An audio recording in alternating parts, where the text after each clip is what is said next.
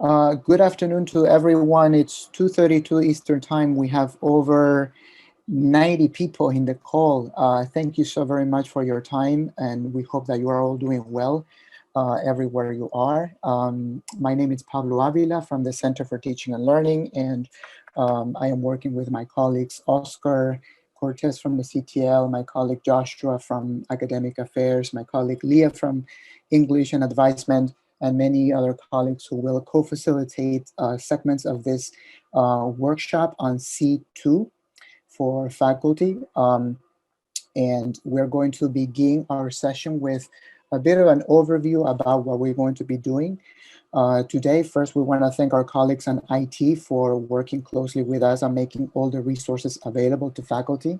This is a beginning workshop to make sure that all faculty are familiar with the C2 platform so that they can use it for contacting students and for making sure that students are staying in their classes whenever there is a reason for an intervention, so that colleagues from advisement are able to help students as well. The C2 platform is very helpful for helping faculty do that and make sure that students are staying on track. The session will be broken into breakout groups, and we will be going over different types of interventions and different features that are particular to the discipline. Advisement liaisons will be able to go over the basics with faculty.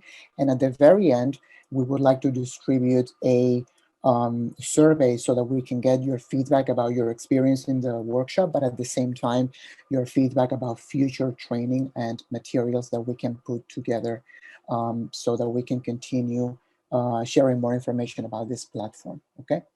I think Josh has already put the link to the agenda on the chat. If you are joining from a laptop or from your phone, you should be able to find it. If not, we're going to share that later in the session. At the beginning of the session, we're also going to go over some higher level updates and general information about the C2 platform. And then we will get into the breakout rooms for more discipline specific content. I see my colleague Jetmir, who is on the call. Jetmir, if you could take a minute or two to show us the resources that are already available for faculty and staff. I'll hand it over to you. Yeah, absolutely. Hi, all. Without further ado, we'll share some user guides that we have put together on C2C. To access them, we'll click on Faculty Portal. I hope you see what I see here. Yes, awesome. We're seeing it. Thank you. And then to access C2C, we click on Student Engagement, and then C2C, and then under C2C Help Pages, we have the updated user guides thanks to the collaboration with Josh, Leah, with Pablo, Bill, Betania, and Charles. So thank you, guys. These are all the updated user guides that essentially cover everything what's new on C2C, including important areas such as the interventions and things that will be discussed forth. And I guess that's the user guide part. I'll hit stop share and leave it up to what's coming forward.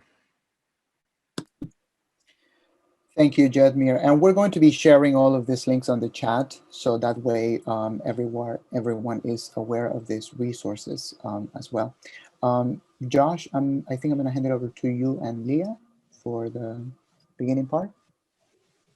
Thanks, Pablo. So I'm going to go over a few things, and then Leah will go in depth when it comes to the alerts and the interventions. Apparently today is a good day for chopping down trees and cars honking at each other. It's been a little bit noisy, so you might hear some things in the background. I'm going to share my screen. And there are a lot of different windows that I need to go into, so I'm going to kind of have my whole desktop shared. But first, I definitely, we want to thank the IT department. I don't know if VP Saltial is here right now, but also Bill Lindner, Betty Acosta, Terry Salgin and their teams, because they do a lot of work maintaining these systems and then helping with the updates that we put in place all the time. Also, student affairs, more recently, Dean Dola Santos and Vanessa Gonzalo Figueroa have helped a lot with interventions and updating that feature. And I'm going to show you some data which shows how much work advisors from student advising services, ASAP, college discovery, and pre-college advisors are doing to respond to the interventions that faculty are requesting. So we definitely want to thank them as well. On the back here, though, you can get a sense of what the data looks like. The intervention feature, which Leah is going to talk about in more detail, it existed in the past, but was deactivated, and then we activated it again in spring 2020. So we had 493 interventions that were submitted last spring, and then that went up quite a bit for fall 2020. The alerts, which are messages that go directly to students, Leah is also going to talk about the alerts, but you can see the data there. In fall 19, they kind of dropped a little bit, but you can see for spring 20, fall 20, they're up quite a bit, a lot. So a lot of work is going into creating the interventions, following up on the interventions, and then also creating these alerts. So one other thing that I want to do before I go into C2C and what it looks like for a faculty member is to share what it looks like for students. This is sort of one of those great mysteries of the universe, and this is what it looks like for the student. There's a lot of information here. There are a lot of links. There are a lot of resources, but there are a few things that I want to point out because they apply to what you do in C2C as a faculty member. So one, when Leah talks about the alerts, when you complete those alerts, the message does come to the student's My LaGuardia account. They will see your picture, they will see your name, and they will see what the alert is. It will also go to the mobile application as well. If you complete a student success plan, I know some of you might not know what those are, but a lot of you probably do and were trained on them. You're still more than welcome to complete student success plans, and if you do, when you submit the student success plan, when the student goes into My LaGuardia, they're able to click here and to see whatever you wrote. And then also, students are able to get in touch with you through My LaGuardia using this raise my hand feature. If they click the send a message to my professor button, you will get a message. And that is something that I want to point out because I don't think we've done a lot of training on that, but you might be getting those messages. So it is really important to respond to students. So Jetmir showed for you to go in to My LaGuardia, you'll go to My LaGuardia and then faculty and staff. When you're in, you'll go to the student engagement tab. You'll click on connect your students online C2C. And this is the main portal once you enter into connect to complete. So before you actually go into your class roster, I do want to point out the messages that I mentioned because students might be using that to get in touch with you. You'll get an email. When you get that email, you can't reply to the email. You have to click the link to enter in information. But also, if you just go directly into C2C, you'll see right here that any messages that a student submitted to you will be listed right here. So you would just click view to see what the message is.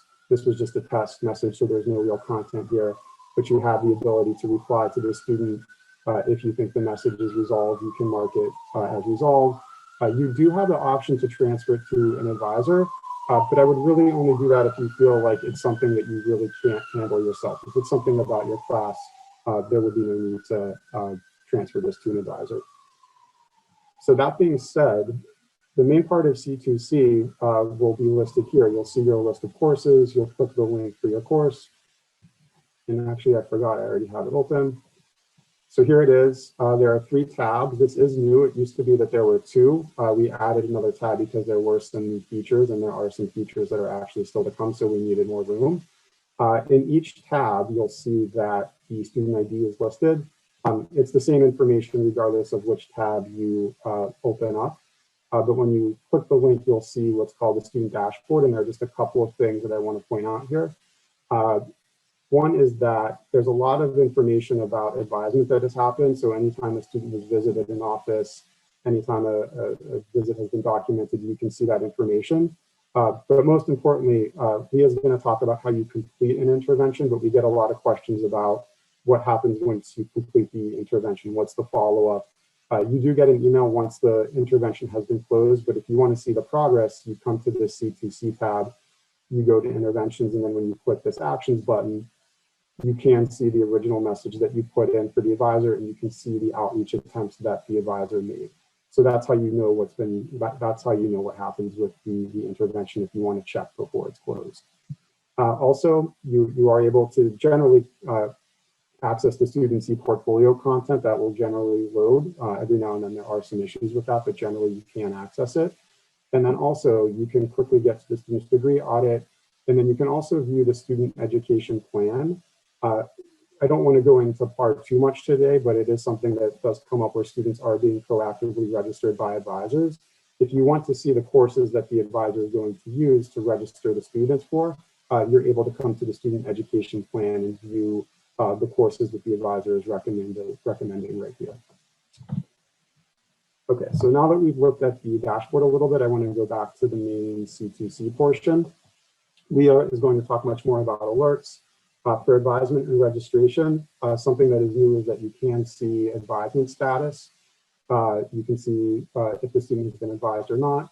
You can also see enrollment status, and we're really encouraging faculty to look to the enrollment status for the following semester and to nudge students who still haven't registered. You'll be able to do that because you can see if they're registered or not, and you can see if they're registered for just session 1 or session 1 and 2. I mentioned the PAR initiative. You do have access now to know what the student's status is, so you can see if the student is eligible and will be registered by the advisor. You can see if the student accepted the registration or made changes to the schedule, so you can now see that information as well. And then in progress and notes, you can complete the student success plan like we mentioned, and you're definitely welcome to do that if you have a conversation that you want to document and you want the student to have that information for later usage. This is where you complete the intervention, and my colleague Leah will talk much more about that. Okay, so I think with that being said, hopefully it wasn't too noisy outside, but that's actually all I have right now. Leah is going to go into more depth with using alerts and using the interventions. I too have a very noisy neighborhood today, so hopefully I've got the headset on. Hopefully that's blocking out enough of it. Like Josh, I'm going to have to share my entire desktop. I think I cleared it up, so I'm not. Y'all don't get to see the chaos that is my class prep right now. Let me get into that. Then I will start to share my screen. All right. You can see my my screen? Yep. Okay. All right. I always forget when I try to do these that everything on C2C pops up in a new window. But so with the two things I wanted to talk about today are the alerts, which are a communication between you and the student that you'll have a record of besides your own email or whatever, and the interventions, which is where we pull in support from student advising services.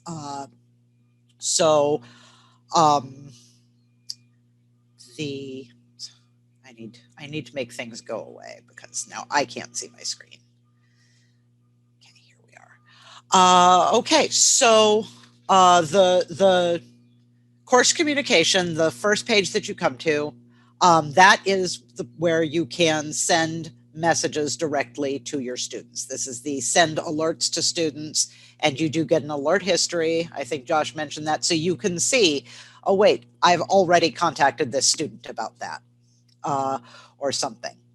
With the alerts, you have the capacity to send them individually to students by clicking the column next to their name, or going down here and clicking here to do messages to all students or multiple students. The alert messages are, they're divided into 3 categories. And the one that I think is most important for us to know of is the heads up. The thumbs up feature is basically just a way to send mass-produced perky messages to students, and the reminders are reminders that they should be doing work for class. The heads up are things that will come up, as Josh mentioned, on the students' My LaGuardia. They will get notification, even on the app, that they have one of these messages. So they can't ignore these necessarily, even if they're not checking LaGuardia email or something too often. With the heads up, what this gives you the capacity to do, and we have reordered these so that you have a sense kind of okay, yeah, the one that I need to do at this point in the semester would be here. And this is if you want to communicate with the student after the verification of attendance deadline, confirming that they have been withdrawn from the course. I think we probably all hear from students who are completely shocked to see that they have been withdrawn from a class that they haven't attended yet. So you can send an alert about that. You can do multiple missing assignments or missing multiple classes. And that's for the students that, they come to every class, or right now they come to every Zoom session, but they aren't necessarily fully aware of the impact that the missing assignments are going to have on them. Same thing, a student isn't attending but is expected to, but has been submitting work. You can just communicate with them about that. And then we have this final one, the you've not been attending class, there's still time to turn that around. Contact me very soon. And this is kind of the urgent last chance alert to the student that, hey, this is, get in touch with me, we can fix this. And then should there be anything else that you need to communicate urgently to the student, do under the thumbs up and the reminder, you also have the capacity to do an other message under those. So don't just automatically send everything as a high urgency alert. It's when you really need to get word to a student quickly. And each of these corresponds to one of the intervention features that we have available. And these have also been reordered. When you click that, it opens up the new window. And we've reordered the reason codes here as well, so that it is, again, roughly the sequence of your semester. You will get a little pop-up explanation for each drop-down item that you select, reminding you, but I just wanted to emphasize the uses of some of these things. Our first one is our not reporting for class. That is before the verification of attendance. In enough time that asking student advising services to intervene that something can be done. Don't necessarily do this the day before verification of attendance is due, but do give students that first week to kind of settle in.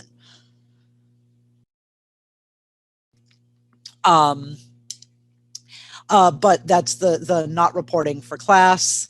The technology and the technology and academic support can be used at any point in the semester. The technology is along with the referral to the Student Information Center, contacting, advising, and saying, okay, the student needs this. This is just because we want to make sure we get stuff to the students as quickly as possible. The academic support, same thing. You can specify the type of academic support that you think the student would benefit from. And so those are things that you could use throughout the semester. You've got not reporting for class for in those first few weeks.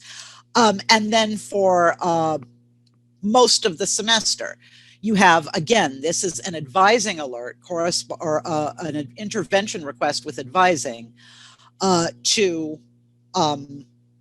complement the outreach to your student. Now, obviously, you've probably been in touch with them other than that alert, but when, or maybe the day after you send that, hey, you haven't been attending class, let's turn that around.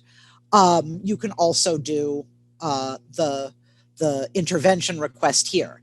Similarly, we have the missing assignments or participation.